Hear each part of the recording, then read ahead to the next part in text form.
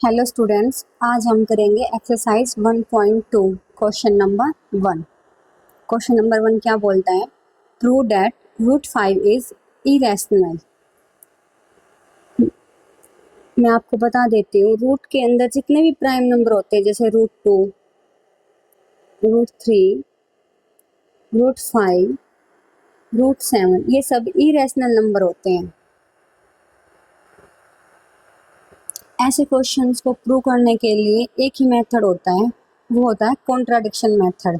और contradiction method में क्या है कि जो दे रखा है ना, हमें क्या दे रखा है, गिवन क्या है कि रूट 5 इरेशनल है, इसका उल्टा लेके चलना होता है। मतलब हम इसे रैशनल लेके चलेंगे, लेट करके चलेंगे, मान के कि ये रैशनल है।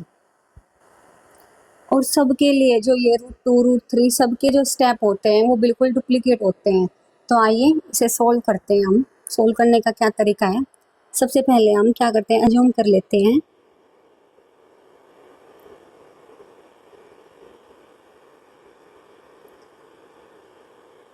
let us assume to the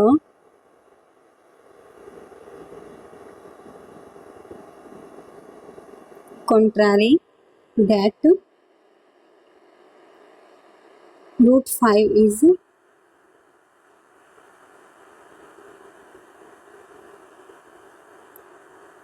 rational। इसमें क्या बोला है कि हम मान लेते हैं रूट 5 इज रैशनल नंबर है। और अगर रूट 5 रैशनल नंबर है तो हम रूट 5 को p बाई क्यू की फॉर्म में लिख सकते हैं। ये मैंने आपको पहले बताया है। तो हम क्या लिख सकते हैं रूट 5 को, root 5 is equal to p by q form. क्योंकि मैंने रैशनल नंबर की डेफिनेशन क्या बताई थी आपको कि जो p बाई क्यू की फॉर्म में हो और q नॉट इक्वल टू 0 हो। यहाँ पे जो p और q है हमारा, p एंड q, वो को प्राइम नंबर होते हैं। को प्राइम, जिसे हम हिंदी में सह अभाज्य संख्या बोलते हैं। को प्राइम नंबर वो नंबर होते हैं जिनमें कॉमन सिर्फ 1 होता है। नेक्स्ट स्टेप में सबसे पहले जो ये p बाई क्यू है, क्यू को यहाँ से हटाना है। तो हम क्या करेंगे, इधर क्यू डिवाइड में उधर उस साइड जाएगा इज इक्वल टू के, तो उधर मल्टीप्लाई में हो जाएगा। तो क्या होगा, root 5 q is equal to p। Next step क्या करेंगे, रूट को हटाएंगे, तो स्केयरिंग बोथ साइड।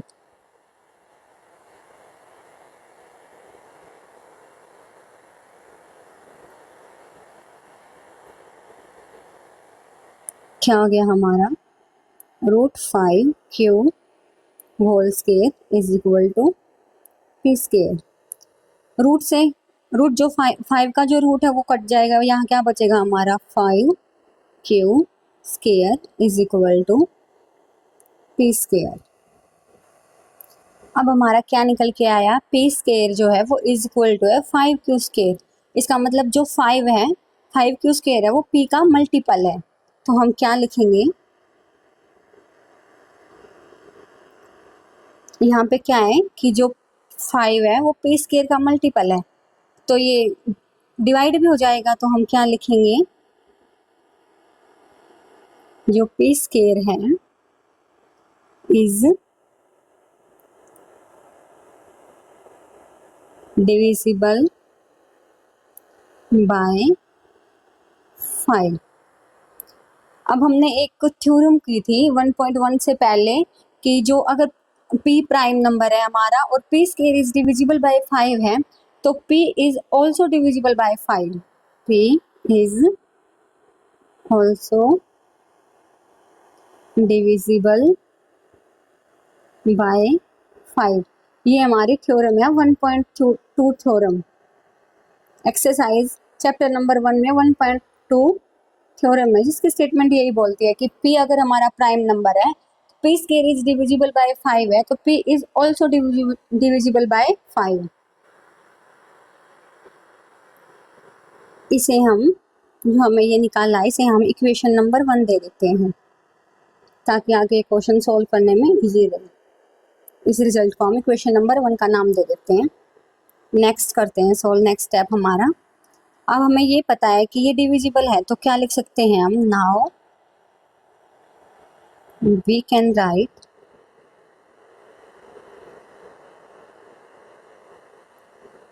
जो हमारा p है वो इक्वल लेते हैं हम 5c के, क्योंकि हमने ऊपर ये पता है कि जो 5 है वो मल्टीपल है, तो c जो है हमारा वो क्या है, c एक इंटीजर है।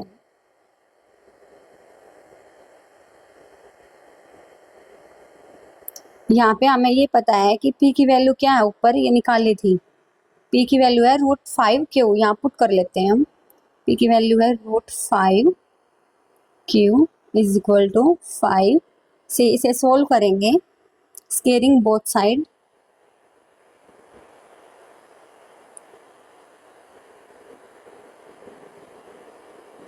स्केयर करेंगे दोनों तरफ,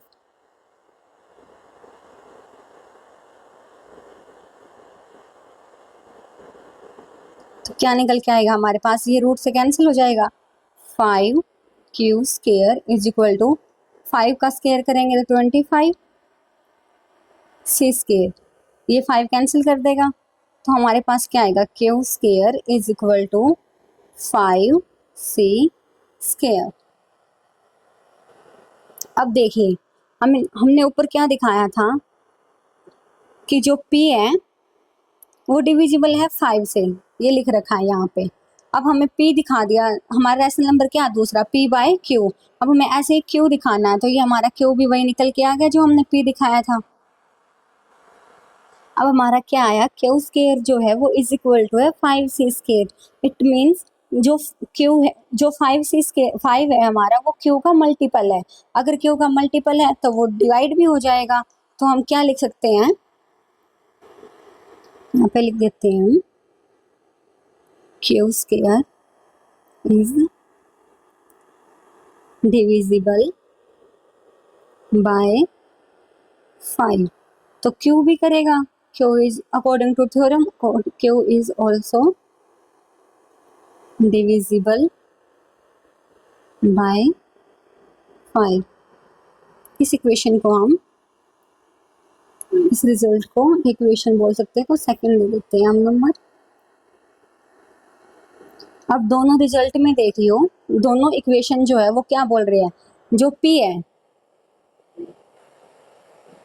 वो 5 से डिवाइड हो जाता है, और रिजल्ट सेकंड में क्या है, जो q है वो भी 5 से डिवाइड हो जाता है, यानी p और जो q है उन दोनों में को प्राइम फैक्टर 5 है, लेकिन हम ऊपर क्या लेके चले थे कि दोनों में को प्राइम एक ही है सिर्फ, तो ये कॉन्ट्राडिक्शन हो गया। रिजल्ट 1 में हमने क्या दिखाया है कि जो p है वो 5 से डिवाइड हो रहा है, और रिजल्ट 2 में क्या दिखाया है कि जो q है वो भी डिवाइड हो रहा है, लेकिन हम लेके क्या चले थे कि जो p और q है वो को प्राइम लेके चले थे, लेकिन यहाँ पे तो उल्टा हो रहा है। तो यही बस हमें प्रूव करना था कि हमारा कॉन्ट्राडिक्शन पैदा हो रहा है, दोनों अपोजिट आ रहे हैं, तो क्या लिखना है अब हमें लास्ट में, from equation first and second, जो हमारा रिजल्ट आया है उससे हमें क्या निकल के आया है, फर्स्ट पॉइंट है हमारा p and q have at least 5 as a common factor, but this contradicts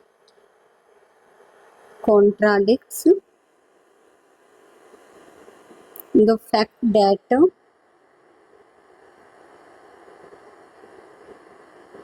p and q are co-prime. This contradiction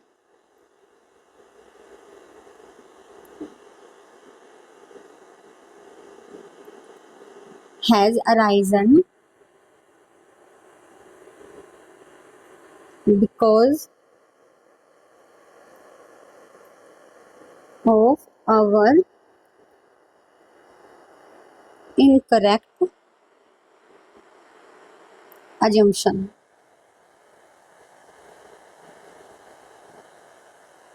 that root 5 is rational. So we conclude that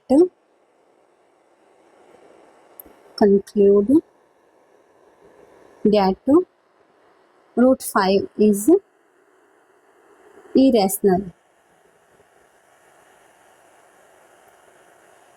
यहाँ फिर क्या बोला है समझा देती हूँ मैं आपको कि जो पी और क्यू है वो पी और क्यू है जो उनका कॉमन फैक्टर 5 है, but this contradicts the fact that P and Q R को प्राइम। लेकिन हमने जो ऊपर माना था कि पी और क्यू है वो को प्राइम है, तो ये इसका विरोध करती है, क्योंकि यहाँ पे को प्राइम क्या था कि जिसका कॉमन फैक्टर 1 हो, लेकिन यहाँ पे क्या निकल के आ रहा है 5 भी निकल के आ रहा है। तो ये ऊपर जो हमने लेट किया था यहाँ पे इस बात का अपोजिट है, विरोध कर रही है। अब ये जो कॉन्ट्राडिक्शन आया, जो ये विरोध आया है, ये इसलिए आया है कि हमने जो ऊपर लेट किया था, एज्यूम किया था, वो हमने गलत मानना है। कि हमने ऊपर क्या माना था कि रूट 5 रैशनल नंबर है, तो हमारा रूट 5 जो हमने रैशनल मानना है वो हमारा निकल के उल्टा आया है, मतलब अपोजिट आया है, गलत आया है। तो रूट 5 रैशनल नहीं है, तो इसका उल्टा क्या होगा, तो रूट 5 इरेशनल होगा। यही इसका सॉल्यूशन है। और इसी मेथड को हम बोलते हैं, जो मैंने जिस मेथड से ये सोल्व किया है इसी को बोलते हैं हम कॉन्ट्राडिक्शन मेथड। अब इस एक्सरसाइज में ऐसे ही 3 क्वेश्चन है, ये सेम ऐसे ही होंगे, सेम प्रोसीजर होगा। आइए मैं आपको सोल्व करा देती हूँ। सेम यही स्टेप लेके चलने हैं हमें, सेम बिल्कुल। मैं थोड़ा जल्दी जल्दी कराऊंगी ताकि टाइम कम लगे। सेम वही है ऊपर वाले क्वेश्चन का प्रोसीजर, तो आप पहले फर्स्ट क्वेश्चन को अच्छे से समझना, फिर सेकंड पे आना। सेकंड क्वेश्चन की स्टेटमेंट क्या है, prove that 3 + 2 root 5 is irrational.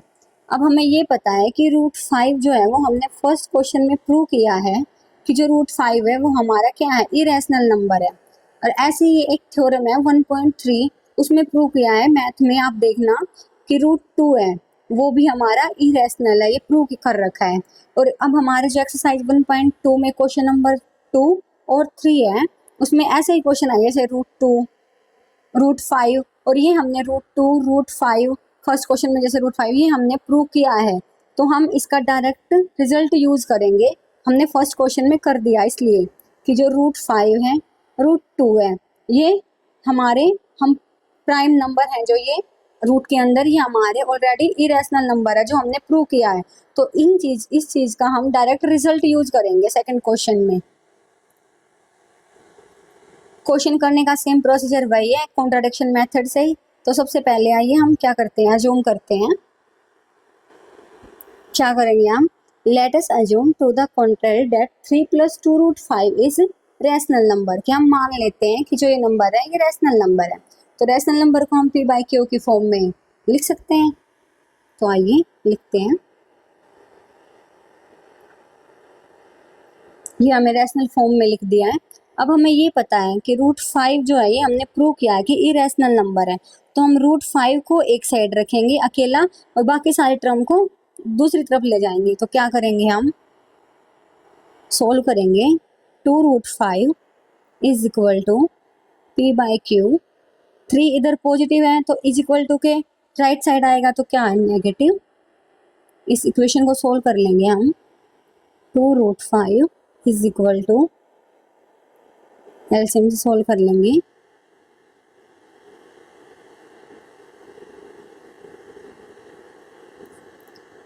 अब हमें यहाँ क्या रखना है, ओनली रूट 5। तो root 5 is equal to p - 3q upon 2 इधर मल्टीप्लाई में है तो उधर जाएगा तो डिवाइड में 2q।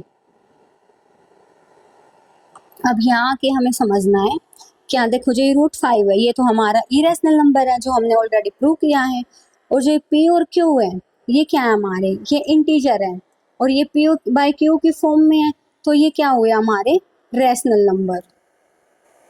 तो इस क्वेश्चन में यहाँ पे आके कॉन्ट्राडिक्शन पैदा हो रहा है, तो हम पहले से लिख देते हैं। पहले एक स्टेप ये लिख लेते हैं कि √5 हमारा क्या है, इरेशनल नंबर है। जो √5 है वो हमारा इरेशनल नंबर है, ये हमने प्रूव कर रखा है। और इज इक्वल टू में जो p-3q अपॉन 2q है, p/q वाले फॉर्म में, ये हमारा रैशनल नंबर है। ये दोनों हमारे इक्वल नहीं है, यहाँ हमारा कॉन्ट्राडिक्शन पैदा होता है। तो हम यहाँ लिख सकते हैं, सबसे पहले लिखेंगे since p and q are integer, hence p-3q upon 2q is rational. ये मैंने जो आपको बताया वही लाइन लिखी है। अब यहाँ पे हमारा क्या निकल के आया है कि √5 इक्वल है p-3q अपॉन 2q, लेकिन हमें ये पता है कि √5 हमारा इरेशनल नंबर है और ये हमारा रैशनल, ये इक्वल हो ही नहीं सकता। जैसे हमने ये लिखा है कि जो p और q वाली टर्म है हमारी वो रैशनल है, ऐसे ही हम √5 भी लिखेंगे, √5 बट √5 इज इरेशनल। लेकिन हमने ऊपर क्या मानना है कि जो 3 + 2 √5 है वो हमारा रैशनल है। यहाँ पे क्या हो गया, हमारा कॉन्ट्रडिक्शन पैदा हो गया, क्योंकि √5 हमारा इरेशनल नंबर है और p/q वाला हमारा रैशनल नंबर है। तो यहाँ पे हम क्या लिखेंगे, तो हमारा क्या आएगा, जो हमारा ये कॉन्ट्रडिक्शन आ गया तो हम क्या लिखेंगे, this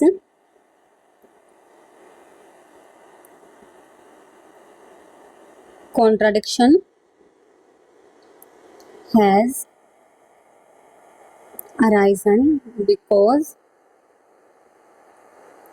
of our wrong assumption।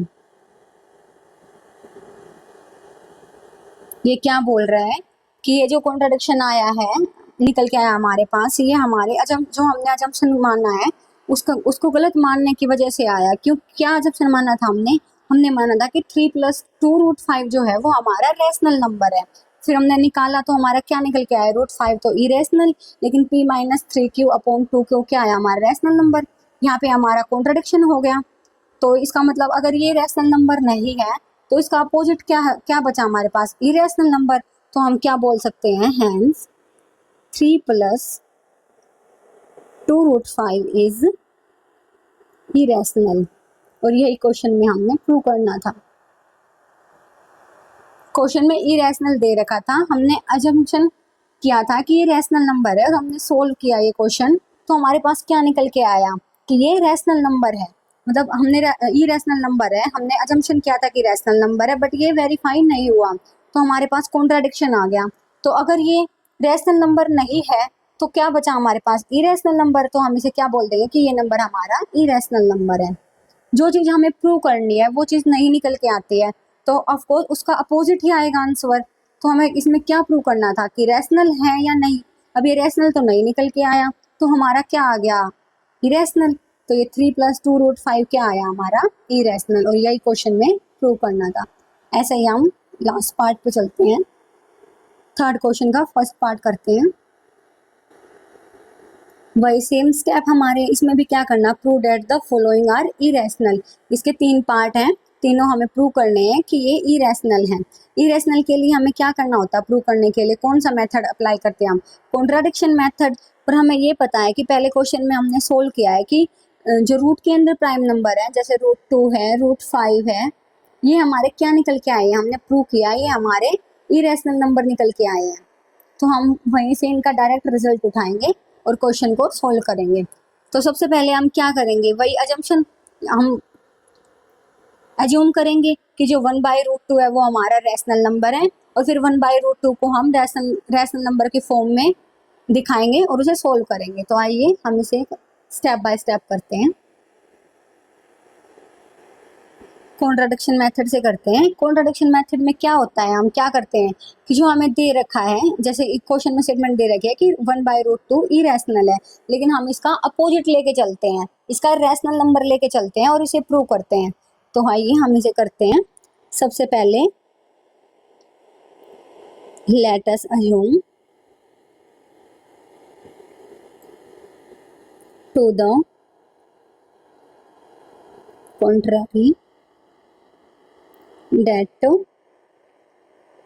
1/√2 is rational।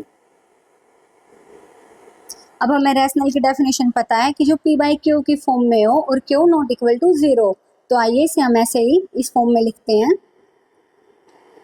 तो इसे हम रैशनल नंबर की फॉर्म में लिखते हैं 1/√2 इज इक्वल टू p/q। और जो p और q है वो हमारे क्या है, हमें पता है वी है p and q आर को प्राइम। अब हमें ये पता है कि हमने प्रूव किया है थ्योरम में भी और ऊपर भी कि जो √2 है वो हमारा इरेशनल नंबर है, ये हमने ऑलरेडी प्रूफ कर दिया। तो हम क्या करेंगे, सबसे पहले तो हम इसकी क्रॉस मल्टीप्लाई करेंगे। ये क्या निकल के आएगा हमारे पास, ये आएगा √2 p is equal to q। अब हमें ये पता है कि √2 जो है वो हमारा इरेशनल नंबर है, तो हम क्या करेंगे, √2 को अकेला रखेंगे, बाकी सारे चीज को हम जो भी है हमारा उसको हम इज इक्वल टू के राइट साइड ले जाएंगे। तो हमारे पास क्या आएगा, √2 इज इक्वल टू जो ये p है हमारा इधर मल्टीप्लाई में है तो इधर डिवाइड में चला जाएगा। अब हमें ये पता है कि √2 जो है वो इक्वल है q/p के, और जो √2 है हमारा वो क्या है, इरेशनल नंबर है। √2 हमारा क्या है, इरेशनल नंबर है। और जो ये q और p है हमारे, q और p है ये हमारे क्या है, दोनों इंटीजर हैं। और ये फॉर्म कौन सी फॉर्म है, रैशनल नंबर की फॉर्म है, तो ये हमारे क्या हुए, रैशनल नंबर। वही ऊपर वाला सेम क्वेश्चन हो गया कि हमारा ये इरेशनल नंबर है, ये रैशनल नंबर के इक्वल नहीं हो सकता, तो हमारा क्या होगा, कॉन्ट्राडिक्शन, यहाँ भी कॉन्ट्राडिक्शन पैदा हो गया। अब यहाँ देखिए, यहाँ क्या हमारा इरेशनल नंबर इक्वल आ रहा है रैशनल नंबर के, ये तो पॉसिबल है ही नहीं। और ये तो हमारा गलत आ रहा है, और ये गलत हमारा क्यों आ रहा है कि हमने स्टार्टिंग में ही कुछ गलती की है। तो क्या गलती की है कि हमने जो अजम्पशन किया है वो ही हमारा रॉन्ग है। हमने अजम्पशन में क्या किया है कि 1/√2 रैशनल नंबर है, हमारा यही रॉन्ग है, तो ये इक्वल है नहीं, यही रॉन्ग आया हमारा। तो ये हमारा कॉन्ट्रडिक्शन पैदा हो गया कि जो हमने अज्यूम किया था कि 1/√2 हमारा रैशनल नंबर है, लेकिन वो हमारा एंड में आके क्या आता है कि वो रैशनल नंबर नहीं है। तो इसका मतलब रैशनल नंबर ये नहीं है, तो क्या रहा हमारे पास कि 1/√2 इरेशनल है, और यही हमें क्वेश्चन में प्रूव करना है। इसके लिए हमें क्या लाइन लिखनी होती है वो बताती हूँ मैं आपको। सबसे पहले जो मैंने आपको ये बताया कि √2 हमारा इरेशनल नंबर है, और q/ जो p आया है हमारी ये फॉर्म, ये दोनों इंटीजर है, ये हमारे रैशनल नंबर की फॉर्म में आए, और ये दोनों हमारा निकल के आया कि इक्वल है। लेकिन हमें पता है इरेशनल नंबर रैशनल नंबर के इक्वल हो ही नहीं सकते, हमारा जो एजम्पशन है वो रॉन्ग है, हमारा जो कॉन्ट्राडिक्शन किया है हमने वो गलत आया है। तो इसके लिए हमें एक लैंग्वेज लिखनी होती है, वो मैं आपको बता देती हूँ।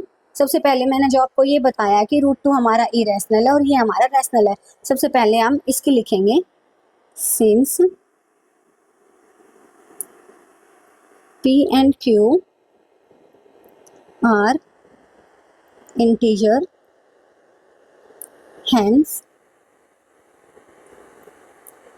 q/p is rational number, rational, but जो हमारा √2 है वो इज इरेशनल।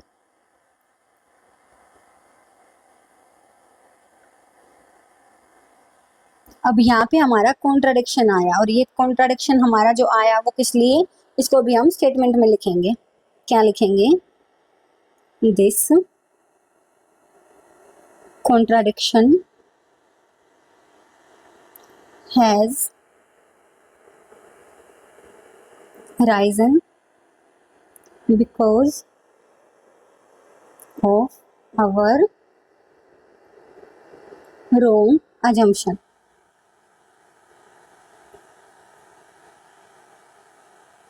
क्या बोल रहा है कि ये कॉन्ट्रडिक्शन इसलिए आया है कि जो हमने अजम्पशन किया था वो ऊपर वो रोंग किया था। क्या किया था हमने कि 1/√2 रैशनल है, लेकिन हम रैशनल की हमें डेफिनेशन पता है कि जो p/q की फॉर्म में है, तो 1/√2 को हमने p/q की फॉर्म में लिखा, तो हमारे पास क्या निकल के आया कि इरेशनल नंबर है वो इक्वल रैशनल नंबर के, और ये हो ही नहीं सकता। तो ये हमारा क्या आया, कॉन्ट्रडिक्शन आया। इसलिए ये क्या हुआ हमारा, जो हमने अजम्पशन किया था, माना था कि 1/√2 रैशनल नंबर है, वो हमारा गलत आया। अगर ये 1/√2 रैशनल नंबर नहीं है, तो रैशनल नंबर का अपोजिट क्या बचा हमारे पास, इरेशनल। तो हम क्या बोलेंगे, जब ये प्रूव कर दिया हमने कि रैशनल नंबर नहीं है, तो इसका मतलब ये क्या हुआ, क्या हुआ, hence 1/√2 is irrational.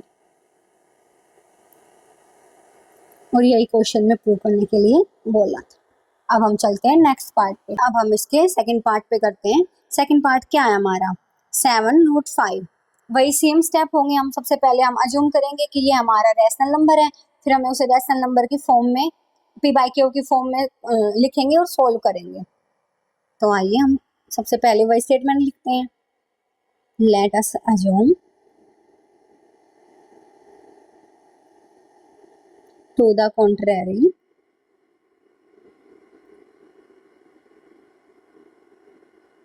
that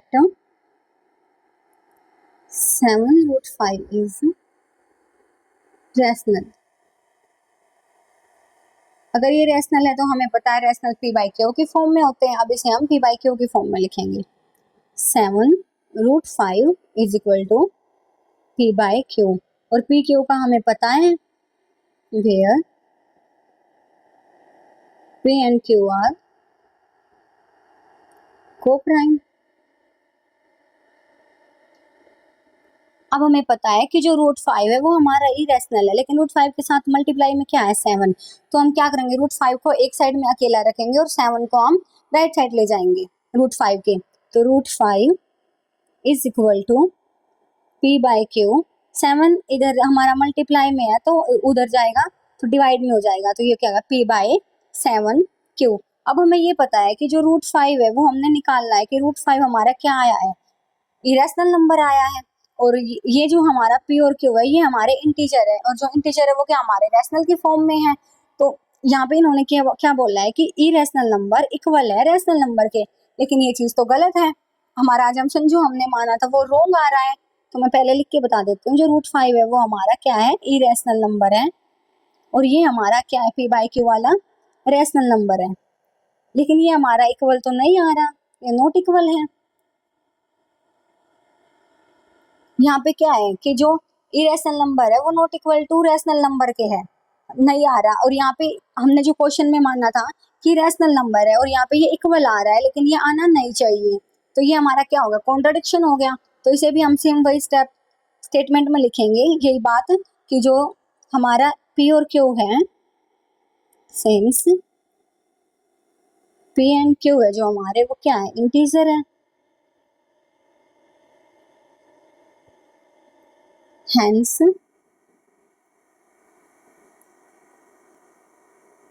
p/7q है हमारा, वो क्या हो गया फिर, रैशनल।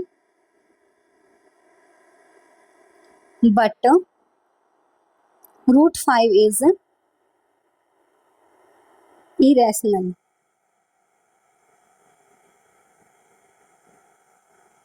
ये हमें क्वेश्चन में प्रूव करना था।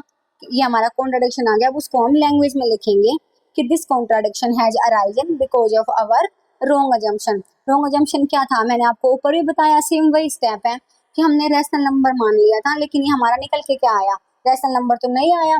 तो रैशनल नंबर ये नहीं आया तो क्या है हमारे पास, ये क्या हो गया, 7√5 हमारा इरेशनल हो गया। और यही हमें क्वेश्चन में प्रूव करना है। इस सारी चीज को हम लैंग्वेज में लिख देते हैं। This contradiction has arisen because of our wrong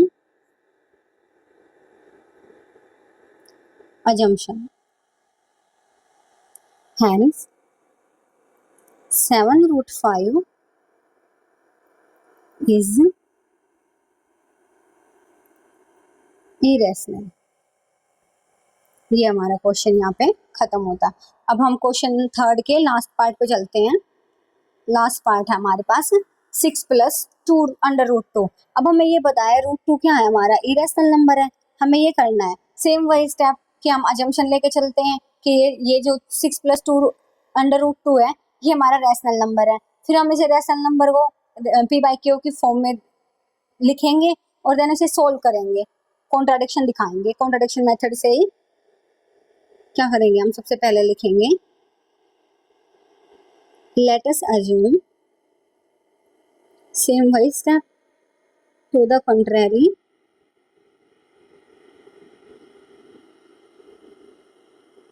that 6+√2 is rational. अगर ये रैशनल है तो हम क्या लिख सकते हैं, 6+√2 इज इक्वल टू p/q की फॉर्म में। वेयर p एंड q हमारा क्या है, where p and q are coprime.